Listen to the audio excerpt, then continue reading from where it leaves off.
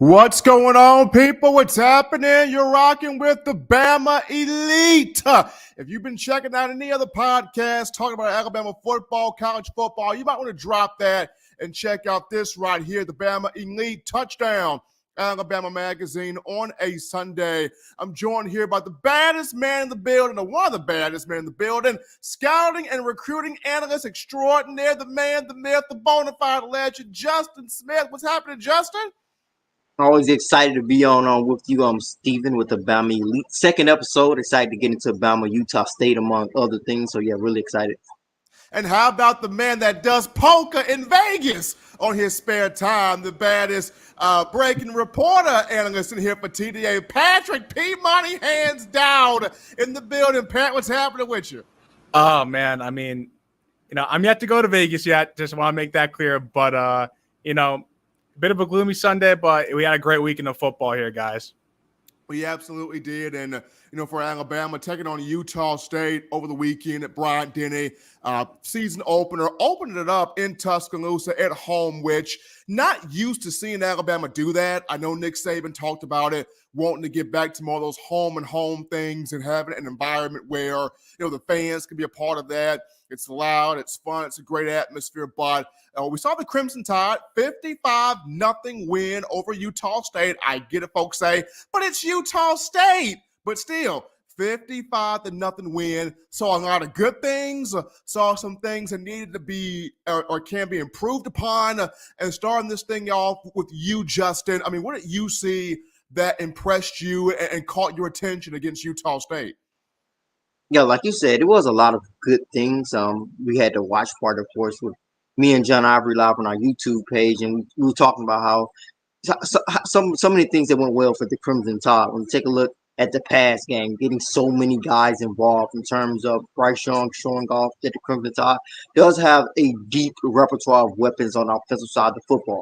The defense lived up to the standards of what you expected it to be against Utah State. I think we talked about it on the last episode of the Bama Elite. We were saying if this defense is what people say it is, it has to dominate the Utah State Aggies, and it did just that. But a lot remains to be seen on the defensive side of football. So I think a lot went well. I really like what I've seen from that front seven in terms of getting penetration. A lot of guys are flying all over the football field. A lot of defensive backs for getting into the action in terms of helping and run support. But there were a lot of positives, but I think there is a lot that remains to be seen as well. Yeah, I mean, I'm with you on the defense, Justin.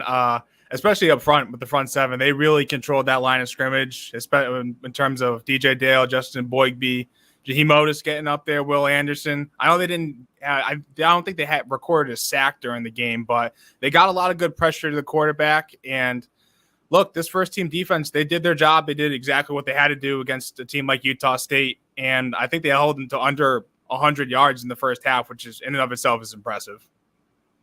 Now, the one thing, guys, for me especially, flipping this to offense is, we all knew how good Bryce Young is. We all know this as a passer of the football, reigning Heisman Trophy winner, but he's now understanding I got feet I can use. And out there on the field, 5 carries, 100 yards. He had a little Euro Steph Curry move on the 63-yard run. It seems like he's gotten a bit bigger. It seems like he's gotten a bit quicker there with his explosiveness. I know fans were like, Bryce, get down. Can't have you hurt out there on the field. But just watching a quarterback that he can throw. He's deadly accurate.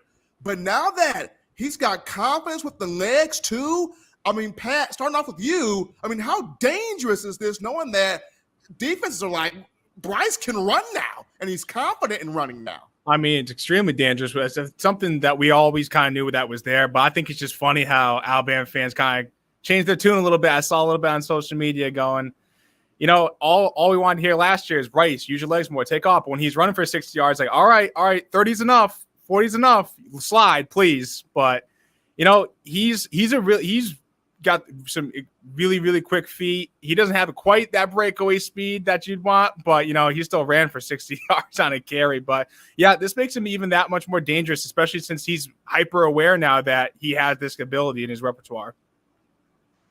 Yeah, it looked as if he was running with purpose. It looked as if he did not hesitate at all. Saw the lane, saw the open field, a lot of grass ahead of him, and took off and took advantage to it. Got into the open space pretty quickly. Basically drawing attention to what you said, Pat. Yes, those quick feet, nice speed. He did look a little bit uncomfortable when those guys got to him in the open field, looking as if, yo, what am I going to do? What I'm going to do? Try to hit a little juke move. I'm pretty sure Alabama's coaching staff was probably yelling, slide, just throw yourself on the ground, probably. But look as if he tried to dig into his basketball background to make the defender miss, but he looked really good running the football. I think heading into the season, if you had to point out a weakness of Bryce Young, that weakness probably would have been him taking advantage of running opportunities. But we saw that on Saturday, and hopefully he will capitalize on that. And I think that gives other teams something to think about, because I think in the past there was something that you probably could have used to your advantage. Hey, this kid isn't going to run. He seems to want to rely on his arm and want to show you that he can pass the football. Now it looks as if he's, like I said, running with purpose,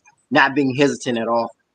Yeah, and Steve, you were there with me. Didn't it just look like he was just having fun out there, like more fun than usual? He was having fun, Pat, until he hit the little Selly dance with Trayshawn Holden, and then Nick Saban comes over, and it's like the senior pastor and the youth pastor. Yes, sir. My bad, sir. I'm sorry, but I apologize for that. So the fun quickly stopped when he got to the sideline and saw Coach Saban. But at the same time, he did have a lot of fun out there. Yeah, I mean, that coin flipped pretty quick once he ran into Nick on the sidelines there. But just look at continue with the offense here, guys. And this goes to Justin first. I mean, Justin, the wide receiver room, we heard all offseason that, Jermaine Burton, number one guy. He's far and away the best receiver. But then in fall camp, here comes Trayshawn Holden emerging. Here comes Kobe Prentice emerging. But in the actual game, you saw Holden make plays, Burton make plays, Prentice make plays. Isaiah Bond had a couple of catches. Kendrick Law had a couple of catches. Christian Leary had a catch and should have had 2 catches in the game. But even though there's not that one receiver right now that's completely separated itself, I mean, how cool is it that you have this wealth of riches that defenses can't just roll coverage to one person, Justin? Yeah, they definitely looked really good against Utah State, specifically Jermaine Burton. His route running really stood out, was able to create separation with his routes. So I really like that in terms of what he was able to do. Trayshawn Holden, I think this was the first time, we haven't really seen him a lot of times use his big frame, that big 6'4" body to his advantage in terms of embracing hits. He took a big hit across the middle when Bryce Young made that fantastic throw, evading pressure, evading a lot of guys who was trying to sack him. He was able to get the ball. But Trayshawn Holden carried the guy into the end zone and looked as if on that first touchdown, and on that second touchdown, broke a tackle on that out route. So I think this is the first time we are seeing the more physical side of Trayshawn Holden's game. Prentice, I think he's really impressive as well. It looks as if Alabama wants to build his confidence, give him the ball in space as much as possible. He's able to make one guy miss, at one guy's just holding out, looking for an error at one point when he got the football. So Prentice was really impressive. I was sort of surprised with how quick Isaiah Bond got on the field. I think that was a bit of a surprise for many. It seemed as if the Crimson Tide wanted to see what he can do. But a lot of guys got on the field pretty early, and I think it went into them going against Utah State, and with Texas coming up, hey, let's throw some guys out there and see what they can do ahead of a big-time matchup against the Texas Longhorns. Yeah, I mean, these guys just have Alabama just seems like they just keep finding these receivers. I mean, Kobe Prentice for being a freshman. I know, Justin, I think you mentioned last week that, wasn't quite the guy you'd expect to break out in this freshman class and play immediately. But I think it was the second drive where they went to him on 3 plays in a row and they got him right. Brought Alabama right to the red zone. So, I mean, if he's all set to break into this rotation, I mean, this is an offense that's still without Cam Latu, and Tyler Harrell didn't play yesterday. He was seen in a walkie boot on the sidelines, and JoJo Earl's still hurt. This receiving core could be downright loaded. Now, guys, before we get to the defense here, I mean, I guess the one bugaboo that's got to get cleaned up here, the run blocking from the offensive line. Now, pass blocking, I felt like they did a strong job in that area. Eric Wolford was brought in to help kind of get that mentality, tough, rugged mindset that Alabama didn't have a season ago. Now, the Tide did have some explosive runs from Bryce Young, had some explosive runs from Gibbs, but Coach Saban mentioned didn't quite have the consistent 5, 6, 7, or 3, 4 yards of pop there. But I mean, Pat, starting with you, I mean, how do you see Wolford in this group getting better in that run blocking, cleaning that up a bit? Because, I mean, when you face Texas, when you face teams in the SEC, you're going to want to try to get those consistent 3 and 4 yards a carry. Yeah, I think it's just going to have to be reps at this point, especially game reps. I mean, Alabama's still trying to figure out that interior side of the offensive line with Emil Ekiyor, Javion Cohen, Kendall Randolph all rotating in. Now, I know Nick Saban said he's comfortable with about 7 or 8 guys to play on the offensive line, but it's really going to take that core 5 group to really start playing together to really kind of mesh and work out some of these run blocks. And, you know, there's a couple run plays in there where they kind of just got to move the guys. You know, Alabama's we got 5-star players all across the offensive line. You know, you kind of just got to buckle up and do something here. But like you brought up with the pass protection, I was really impressed at times because Utah State did throw a couple of stunts at them. And this really shows the experience of Bryce Young to a quarterback to just audible out of a play. I think it was Trayshawn Holden's second touchdown where they sent 7 or 8 guys. They sent 6, 7, 8 guys to the offensive line. They all slid right over, picked up the stunts, and Jahmyr Gibbs went out, blocked the edge guy, and Bryce was able to get rid of the ball quick to Trayshawn for a touchdown. I think plays like that are pretty impressive to me this early on, especially with the movement up front on the offensive line. I think his offensive line definitely has to develop some more consistency, especially in the run game. But like you said, Pat, I really like what I've seen from them in pass coverage, especially in play action. Bryce Young seemed to have a lot of time to figure out what was going on in terms of passing situations, but he definitely have to gain some consistency in terms of that interior of that offensive line. It seems to be the position, those 2 guard positions seems to be positions that are sort of up in the air at the moment because we saw a lot of guys moving in and out. I think the 3 constants were Tyler Steen, J.C. Latham, and Darian Dalcourt, but the 2 guards are basically subbing in and out. I think the Tide looked really good running the football outside, especially with Jahmyr Gibbs with that type of speed, seeming to get to the around the corner pretty quick. I really like that. Really like Alabama zone blocking when they were called on to down block. They look really, really good, specifically on the play where Jahmyr Gibbs broke free. The offensive line did a perfect job of blocking. That was textbook the way that they down blocked and the way that Emil Ekiyor was able to get to the second level, got to the linebacker, sealed the backside off, and Jahmyr Gibbs went straight off his backside into the open field using that speed. So I think there is a lot to like about this offensive line group, but it definitely just have to. It's simple. Like I'm going to consistently say, football is just really simple at times. They just simply have to push the guys up in terms of running the football up the middle. So I think there's a lot to like, but it definitely have to gain some consistency. And real quick, too, especially on that zone play you just brought up with Jahmyr Gibbs. A running back like Jahmyr Gibbs doesn't need a big gaping hole. He just needs a crease, especially on these zone plays. He needs a crease, and he's gone. And he almost was on that 50-plus yard carry. Jahmyr Gibbs explosively fast. And then I liked what Jace McClellan did. I mean, McClellan looked like he's back to his old self out there a little bit. Had a couple of catches there, one for a touchdown. Roydell Williams showed a little bit of his quickness. Trey Sanders had a few nice runs out there himself. And even, was it me, guys? Or did we see some creativity from Bill O'Brien? We had 5 wide receiver sets, 4 wide receiver sets, running backs going in motion, flanking out. There was one drive where you had Jace McClellan and Jahmyr Gibbs in the backfield at the same time. Like, okay, Bill O'Brien, you're trying to do a little Steve Sarkisian here. So, Pat, the creativity of O'Brien, that was nice right there. Yeah, and he made sure to bring out that 2 running back package early. He's going like, hey, look, we're doing some weird stuff here. And look, I think I like the play calling thus far from Bill O'Brien. I know I think there's still gonna be some Alabama fans that are a little bit upset with the red zone play calling, but they got it done. They put up 55 points. They did their job. And I really like the use of Jace McClellan too, because when he went down last season, there was a distinct loss in Alabama's backfield in terms of a red zone receiving back. I would call a couple touchdowns. He was big against Florida in the red zone, and he just showed it again against Utah State of what he can do, especially on that screen pass where he scored.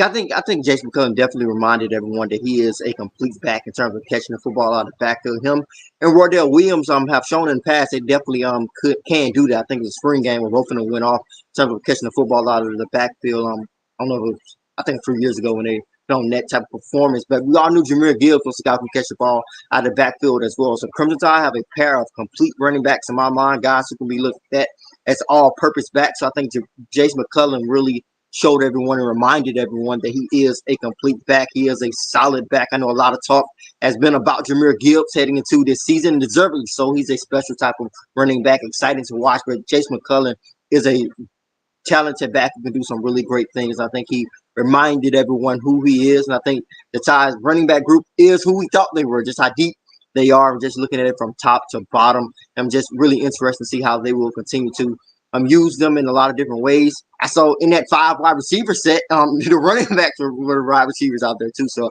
then there's another note. You can take a look at how the Alabama's going to use those running backs, and also using them in the backfield together with Chase McClellan and Jahmyr Gibbs being in the backfield together at times. And so there was one play where McClellan was basically lead block for Gibbs. I thought, to me, as we look at the defense here, and I understand people look at this game and go, it was Utah State. Calm down. It was Utah State. But at the same time, this was the first time in the Nick Saban era where Alabama's defense pitched a shutout in the season opener. First time that's ever happened by an Alabama defense. And this was a group that, I mean, Pat, you mentioned earlier in the show, the first team defense gave up, 58 yards, gave up 1 first down. I mean, there was a play where the Aggies were so afraid to pass the ball because of the respect of Will Anderson and Dallas Turner. They ran the ball on 3rd and 11. Overall, the Aggies, 136 yards of total offense, only 7 first downs. Yes, Alabama did not get the sack, but it pressured Logan Bonner, frustrated him, stuffed the run game. Will Anderson took the soul of Calvin Tyler Jr., Utah State's running back. I mean, it was just a very strong performance defensively. Jalen Moody thumping up in there. He had 6 tackles. I mean, you had Pete Golding cussing live on air. So Pete Golding's in midseason form along with Coach Saban. I thought defensively it was Pat assignment football. You saw defensive linemen hit their gap. Justin Aboigbe stepped up. And I've been waiting for him to have that type of performance where he stuffs his gap, he hits his hole, he has the discipline, he played well. Jaheim Otis did some good things. DJ Dale did some good things. Like I said, Jalen Moody thumping up in there. Kyrie Jackson had a play where he took his man and took the other man out. I mean, everybody defensively, Pat, it played assignment football. Look, I mean, from an individual standpoint, from an individual statistical standpoint, tackles, sacks, tackles for loss, if you just looked at it, none of this game isn't going to win you any. Performances like this aren't going to win you any individual awards, but they're going to win you championships. Because if looking at Alabama's defense, they weren't on the field for very long at all in the first half. It was 3 and out, 3 and out, 3 and out every single time. And like someone like Justin Aboigbe, I think he only had 1 or 2 tackles, but he was really controlling the middle. They really couldn't run the ball at all with this first team defense in there. And Utah State starting quarterback Logan Bonner only threw 9 passes and was taken out pretty early in the game because the Aggies just decide, hey, look, it's like 28-0 to 31-0. We're just going to pack it in here and just save our guys because we got a long season ahead of us. Yeah, I really like what I've seen out of the defense as a whole. The Crimson Tide seem to have confidence and the depth that they have on the defensive line. Those guys were getting subbed out pretty early as well. So I think that is something of note. I think with how good they played, and Utah State did not really test them as well in terms of those cornerbacks. So I wonder how the cornerback position in that battle, because if it's going to still be a battle, is going to be handled in the future, because Eli Ricks played really well. Terrion Arnold flash. Kool-Aid McKinstry played pretty solid. Kyrie Jackson played really good in terms of helping him run sports, specifically on that play where he came down and basically made the blocker tackle his own guy. So I think it's going to be really interesting to look at how they handle the cornerback position. The safety position seems to be solid and locked up just based on how much DeMarco Hellams and Jordan Battle played. But it'd be interesting to see how that cornerback battle shakes out. And I think it will continue to be a battle heading into this matchup with Texas.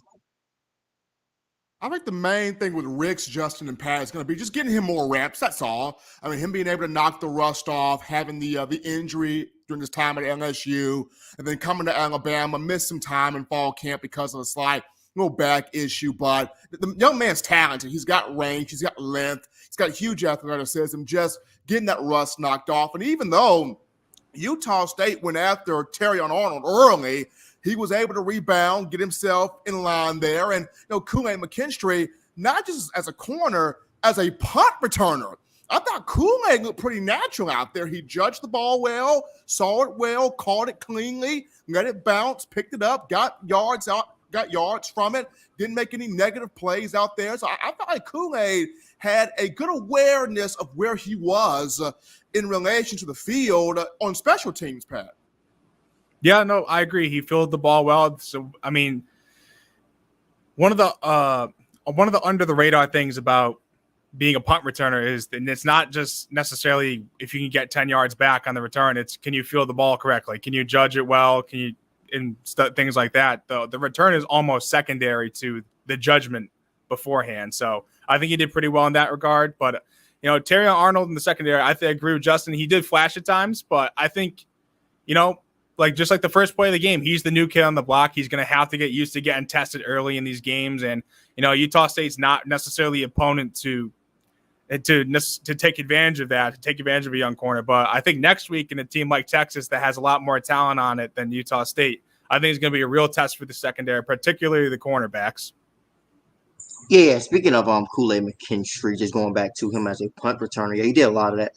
In high school at Pensacola Valley High School, was a dynamic returner, dynamic wide receiver. So he has a lot of experience carrying the football, making a lot of moves in terms of being in an open field with the ball in his hands. But going back to Terry Arnold on that, I think it was a first drive when he got tested. I think it was decent coverage, but it was one of those simple things. Get your head around. I know it's one of those things that has to be taught and developed. Some guys just seem to know how to do it perfectly. Eli Ricks is one of those guys who seem to do it in a textbook fashion. He consistently gets his head around, and that is why he can catch so many interceptions. Has caught so many interceptions during his high school and his college career so far at LSU. I think he took 2 pick sixes back to the house. Even going back to high school at Mater Day, I think it was a game where he set the record of pick sixes. I don't know if it was 3 or 2, but he did that before in one game. So he's going to consistently be really good. I think it's going to be hard to keep him off of the field. Just looking at his long arms, his ability to get hands on a wide receiver straight off of his release, then run with any wide receiver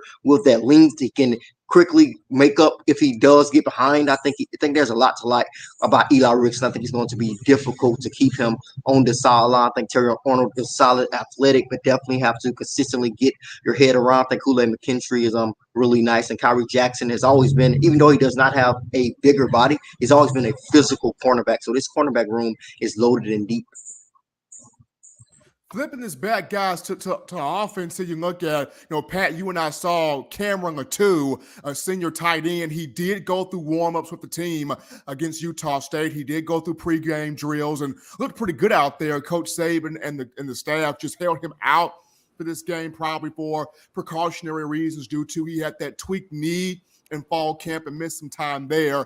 We see Robbie Oots, Mouse Kitzelman, not your pass-catching tight ends, mostly your traditional blocking guys. We saw Amari Niblack, freshman, get thrusted out there. Niblack, a lot of potential to be a really good athletic pass catcher, but right now, the one guy that can really do it all for Alabama from that position is Cam Latu. So hopefully, he'll be back this week for the matchup against Texas, because one of the best friends of a quarterback like Bryce Young is when you have a 6'5", 244-pound tight end like Cam Latu. Absolutely. No, if Alabama fans are looking for more help in the red zone, look no further than the Cam Latu. Like you said, 6'5", super athletic. He can provide a lot down there. And there was really, if he did miss as much time as we think he did during fall camp, there was really no need for him to rush back and play against Utah State, because like we said, there's going to be a lot more important games down the line for him to contribute. Yeah, that tight end position is a really interesting spot for the Crimson Tide. It looks as if they did not get an opportunity to be that much of a receiving threat. Like we all know, Cameron Latu looks to be their best receiving threat at the moment. I think Amari Niblack can do it, but he does look a little bit on the smaller side. I thought he would possibly get on the field a little bit earlier than he did, but it looks as if Danny Lewis got on the field I think before him, and Danny Lewis has better size than Amari Niblack at the moment, so I'm pretty sure he's a better blocker. Did serve as more of a blocker in high school compared to Amari Niblack, who's basically a wide receiver at the high school football level. So I think that is a position just keep your eyes on, that tight end group with Cameron Latu out. As we look here, guys, at Jalen Milroe got out there against Utah State. Milroe, not much running this time, a little bit more throwing than running. He had, I think he went like 8 for 10 passing. He had 1 touchdown, 1 pick. The 1 touchdown, good little screen pass to Jace McClellan. But the interception, I liked the play design Bill O'Brien had. Really good play design. Christian Leary was running open, wide open. If Milroe timed it slightly earlier, that would have been a touchdown. The ball kind of hung on Milroe a bit and hung up in the air. Interception happened, but then also, Jalen Milroe had some throws where guys were getting popped and got to lead them where they're not getting killed there in the middle of the field. But some good things there from Milroe in the passing game, but Justin, for him, just got to get the timing a bit better and be able to lead that receiver with good passes, not leading them into areas where they're getting quickly popped off there. Yeah, definitely has to be consistent, but I actually was impressed. I was really impressed how patient he was. He actually was going through his reads a little bit better. He did not take off as fast as we've seen him take off in the past. So I really like some of the development that he has shown. Like you said, if he did, I do feel he should have thrown that ball a little bit earlier, so it definitely hung on him, and the defensive back was able to undercut it for a pretty easy interception. But I think he saw it at least. I think he saw it, so I think that's a step forward based on what we've seen in the past. So I think he's definitely is a work in progress. I think I said on the last show that he has a size that he possibly could truck somebody. I think he took a Utah State guy out on one of those runs. So I think that is something that we possibly could see in the future. Although just that like Bryce Young, did happen, Justin. That murder did happen. Yeah, you don't want to see that a lot out of a guy like a Jalen Milroe. Although he does have the size to do that, but you don't want your quarterback to take that many hits. But I like what I've seen out of Jalen Milroe. Definitely is a work in progress, but I think he showed some promise and some development and a step forward in his play during that last game. Yeah, I mean, when Bryce Young takes off, he doesn't know. It doesn't look like he's quite sure what to do when he gets around a bunch of defenders. But Jalen Milroe knows exactly what to do. He lowers that shoulder and goes home again. Just he crushes some skulls there, but. I liked what I saw from Milroe, and he got to work with the first team offensive line a little bit. And I think it was a good opportunity for him to kind of just work with clean protection, because most of the time in spring games and whatnot, he was working with second team offensive lines. And, so maybe the protection wasn't there sometimes. So he's using his legs a little bit more. So he was kind of forced to go through his reads a little bit. And like we said, I think Steven said, did make some good reads. He made some good passes. I think he was 8 for 10. But it's just kind of little things like, protecting the receivers. No, and because, there were some guys who got crushed. And in terms of the Christian Leary throw, I mean, it was the right read. It was a great play call. Leary was wide open. Milroe saw him. It just looked like he didn't set himself up correctly. He just didn't quite get that power behind it. But, I mean, he made the perfect read. He was open. He just got to make that throw. And I think he's going to learn that whenever he gets some more reps in. Probably one of the funnier parts here of the game, Pat, was the post-game press with Coach Saban. We got Spicy Saban on Saturday night when it comes down to that old depth chart or rep chart, as he likes to call it. Quite a few questions were asked about that. And I don't know if this will be the final depth chart for real, that the media will get in to open week 1 of the season. But, Pat, you and I got exposed to a little Spicy Saban week 1 of the college football season.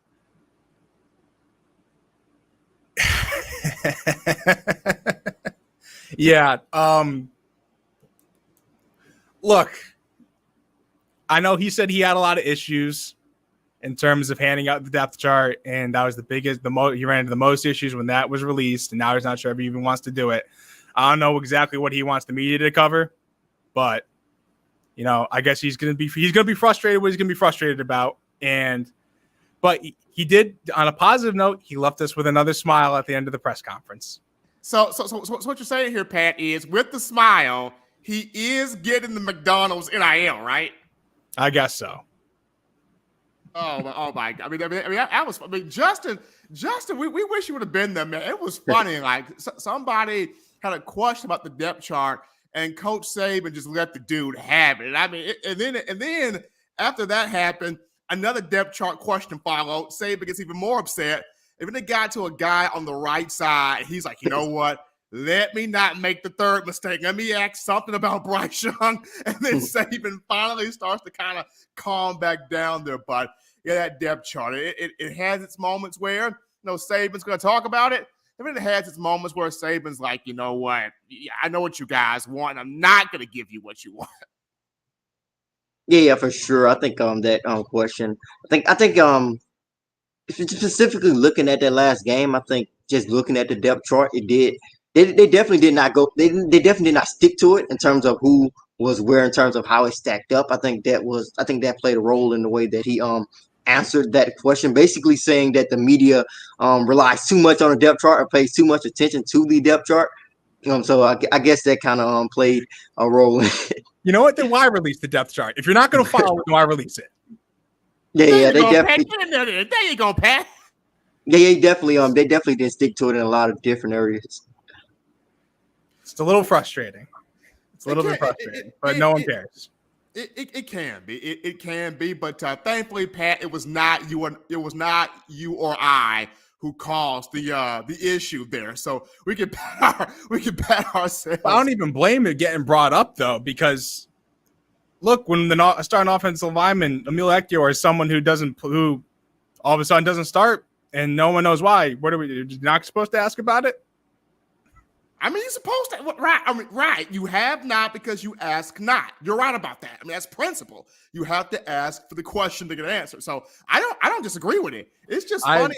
It's just funny how the moments where Saban calculates when he tries to go off are extremely funny because sometimes it's not even worth it, but he does it anyway.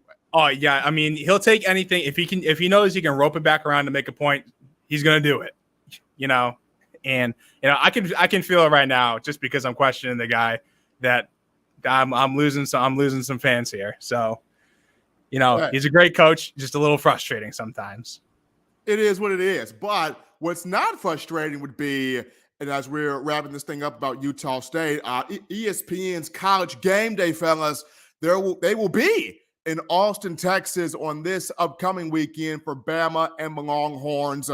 Utah State was the mental test, getting up for this game, getting prepared for this game, first game of the season at home. Texas, this begins the first kind of physical test. You're in Texas, it's hot, it's 11 a.m., it's big noon kickoff, it's hot. Did I mention how hot it's going to be? It's hot. And then you got Steve Sarkisian and all the former Saban assistants over there. Two of the former Saban players will play, that being Keelan Robinson and J.I. Hall. Gino Billings, who will not play as he's serving a suspension there. But Pat, you got Alabama, Texas. So next week is the physical test featuring the Heat. Did you say it was hot, Stephen? Because I think 12 o'clock at Austin, I think it's going to be a little humid.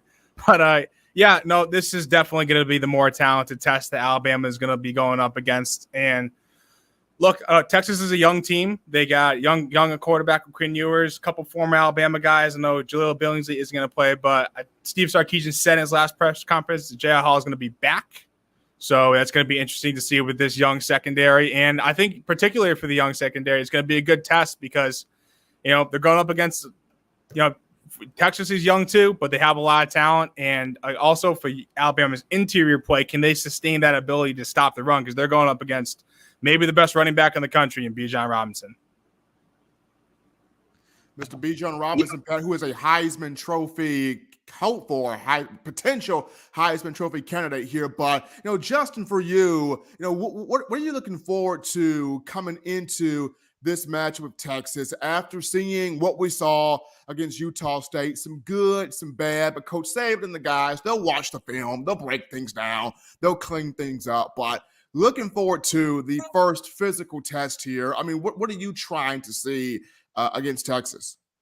I think what a lot of people are trying to see is this defense for real. I know a lot of people have seen it. We've seen flashes. We saw flashes of it against Utah State. This defense looks really good. Looks like they could be a really good defense. But I think going up against Texas, you're going to go up against a team with a lot of different weapons. Piggybacking off of what Pat said, you have Bijan Robinson, possibly the best running back in the country. Also, a very talented, speedy wide receiver in Xavier Worthy outside, and you have a young quarterback, but he was a 5-star quarterback, so he has potential. We also have Steve Sarkisian as their head coach, so he's a great offensive mind. So I think this defense is definitely going to get tested, and I think we're going to maybe most likely take a step forward or a step backwards in terms of what we think about this Alabama defense in this matchup. So I think that it's going to be a huge test. I think the offense is going to be pretty solid. I think that is not where the game is going to be won. If I just had to make a prediction right now, I think it all depends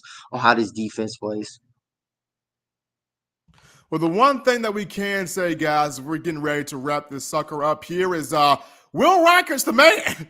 Bama's got the kicker. I mean, Reichert went out there, first drive, stalled a 45-yard field goal, and got another 33-yard field goal in there. James Burnap only punted punted twice, had a 51-yarder. The other one got blocked. But Will Reichert showing you, hey, kicker's here. Kicker is right there, Pat. Yeah, I think Will Reichert has put a lot of Alabama fans at ease over the years, knowing their kicking issues are just, their kicking issues are essentially gone. Knock on wood. But, he's been great since he got here, and he's just continuing to do that. Yeah, Will Reichert has definitely been really, really good for the Crimson Tide. Just looking at that last game, Steven, I get it for you. I go ahead and do that read for you really quickly. When not listening to the Bama Elite podcast, be sure to tune into the Big Game College Football Podcast Network in audio stream to hear the best CFB coverage in the South. So be sure to check out the Big Game College Football Podcast Network in audio stream. Also be sure to tune in to Touchdown Alabama whenever you get an opportunity. Be sure to hit that like button, hit that subscribe button, subscribers, hit the notification bell when you get an opportunity. But I think, Will Reichert's performance was definitely sort of, I guess, overlooked, but it was a really impressive performance by Reichert. Really has been consistent ever since he got to Tuscaloosa, has gotten an opportunity to play full season. So with everybody else playing pre-games, Bryce Young looked as if he was at a party. So I'm pretty sure his performance sort of got looked over, but Will Reichert definitely had a great game as well. Justin, I appreciate you, man, because I was trying to find that read myself, going to the phone here, and then you just gladly picked that up. It's always great to have good help. It's always a great thing to have outstanding help. So, Justin, appreciate you on that. Also, listeners, you can check out the Bama Elite streaming live also on our YouTube channel. So you go to our YouTube channel, check out that notification. You can check out the Bama Elite with Justin Smith, Patrick Dowd, and myself, Stephen M. Smith, live here on the TDA YouTube channels. We're bringing this to you every Thursday and Sunday. So twice a week, you can catch the Bama Elite bringing you your Crimson Tide football coverage from the perspective of three guys that are on the ground, literally on the ground when you talk Crimson Tide football coverage. Well, fellas, this is good. This was fun. You've been listening, folks, to the Bama Elite Touchdown Alabama magazine. Check us out again coming up on Thursday as we get more into the Bama-Texas matchup, which will take place this upcoming Saturday in Austin.